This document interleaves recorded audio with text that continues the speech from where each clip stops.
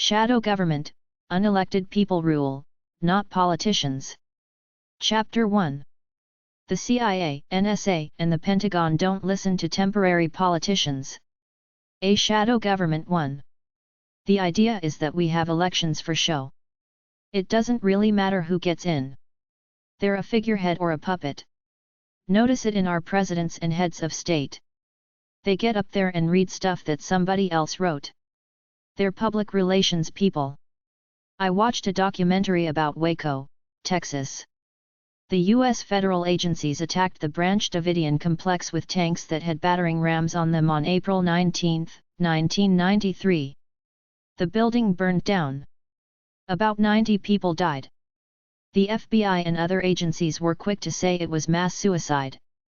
They showed a clip of the new president, Bill Clinton, making a speech the next day.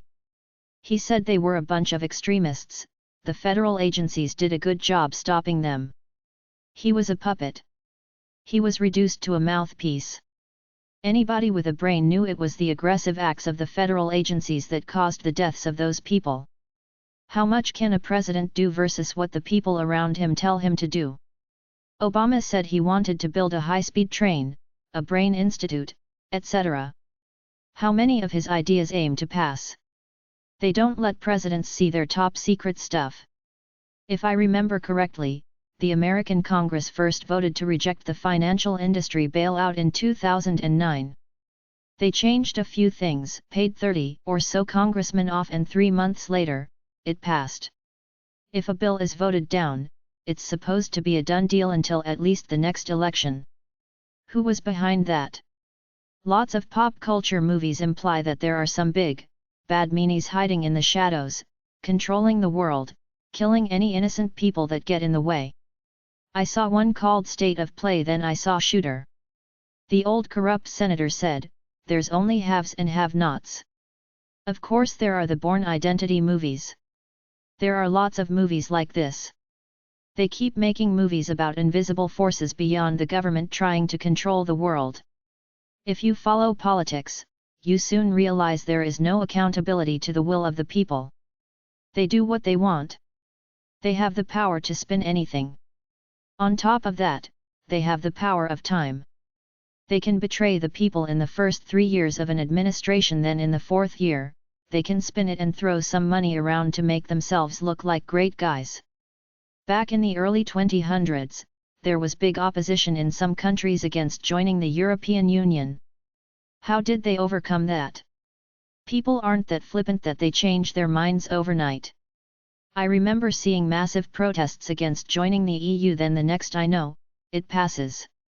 Are there big hots who buy politicians and manipulate media coverage, because they own the media companies, in order to protect their own interests? Are there people in big business who think they are above elections, who finance the charade of elections by making deals with emerging big-shot politicians? We give you money and positive press coverage, or we destroy you with negative press coverage and this dirt we got on you when you were smoking crack and having unprotected sex with cross-dressing street hookers. Just do us the few favors we need from time to time. It's that simple. Shadow government is the idea of a confederation of business tycoons, political leaders, big bankers, military equipment manufacturers, major media moguls, and a few others who get together and decide whose campaign to fund in the major countries in order to get a puppet elected who will be indebted to them and do as he or she is told. We had an American president win the Nobel Peace Prize, then a few years later, he says, "I'm really good at killing people, I'm fucking amazing at killing people." Progressive.org/latest/Obama-brags-really-good-killing-people, November 4, 2013.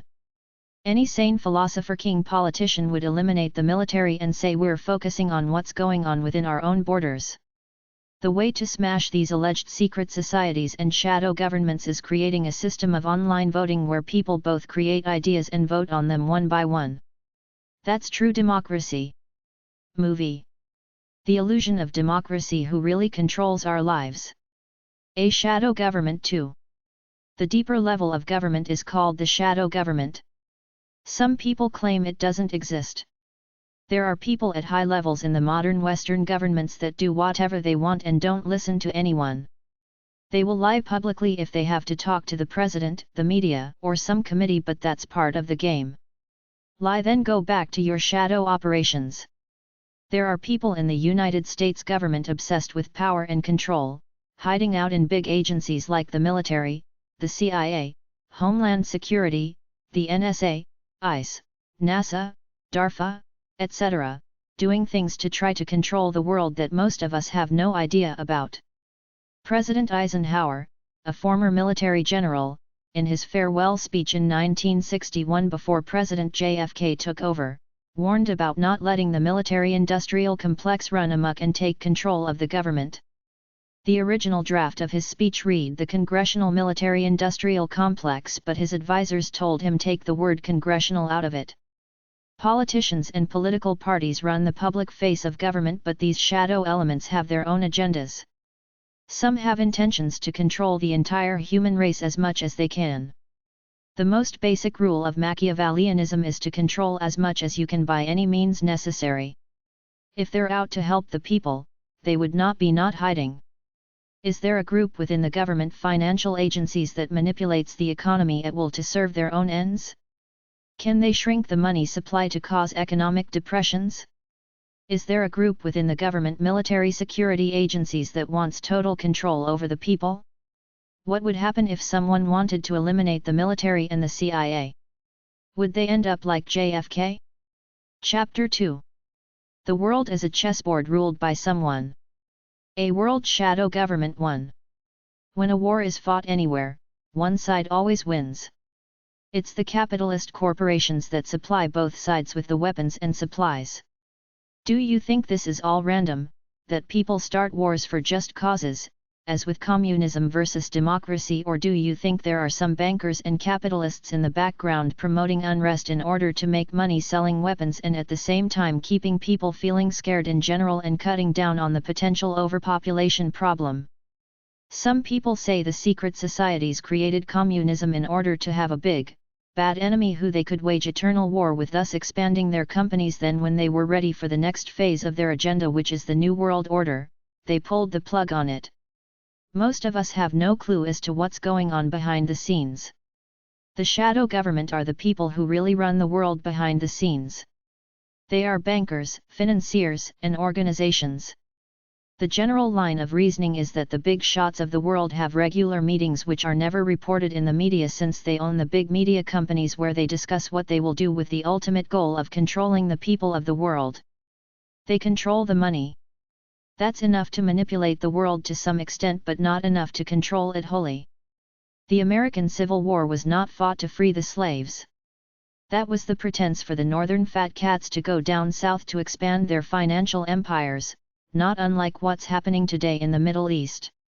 The invasion of the Middle East was written about in these elitist journals in the 1990s before it ever happened. They said they needed a big event like the Japanese attack on Pearl Harbor in order to justify their plans to the American people. There are plenty of 9/11's conspiracy theories on the internet. People have said that they conspired to start the world wars because wars make the banking industry and corporate industries in general wealthy regardless of who is fighting, because they make the product and handle the money for both sides. It has been said that they caused the stock market crash of 1929 and the Great Depression in the 1930s because they wanted to get full control over the people, and they did by making them poor and desperate. All you have to do is tighten the money supply by raising interest rates, which causes a chain reaction in the economy, the opposite of the multiplier effect. They don't have the absolute power to pick the American president or the president of any democratically elected country yet, but they can pick their man or woman, pick the people running for both top political parties, support them financially for the election, bias their media empires towards their candidate. Then when he or she wins, they are their puppet. Bill Clinton admitted that he was just a virtual president, a front man so to speak, with other people behind the scenes making the decisions. He said it was so hard to actually do anything after he got into power because the machine or system already in place runs itself regardless of the politicians. This shadow government wants to create one world block of globalization where everybody answers to one organization with these wealthy guys in the background controlling it all. Even though groups like the Freemasons portray themselves as a public group open to anyone who does good works, the truth is that this is the facade they present for lower-order Masons. You can't go above the rank of 32nd degree Mason unless your father or grandfather was a Mason. The few Freemasons at the top are the secretive elitists. The other guys are just the lower plebeians who act as a cover for these top guys. A world shadow government too.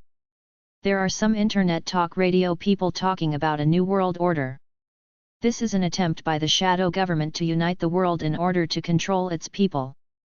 They range from Christian right-wingers worried about the Antichrist concept of one world government to left-wingers who see the government as one big band of corrupt good old boys with the corporate heads in bed with the government heads.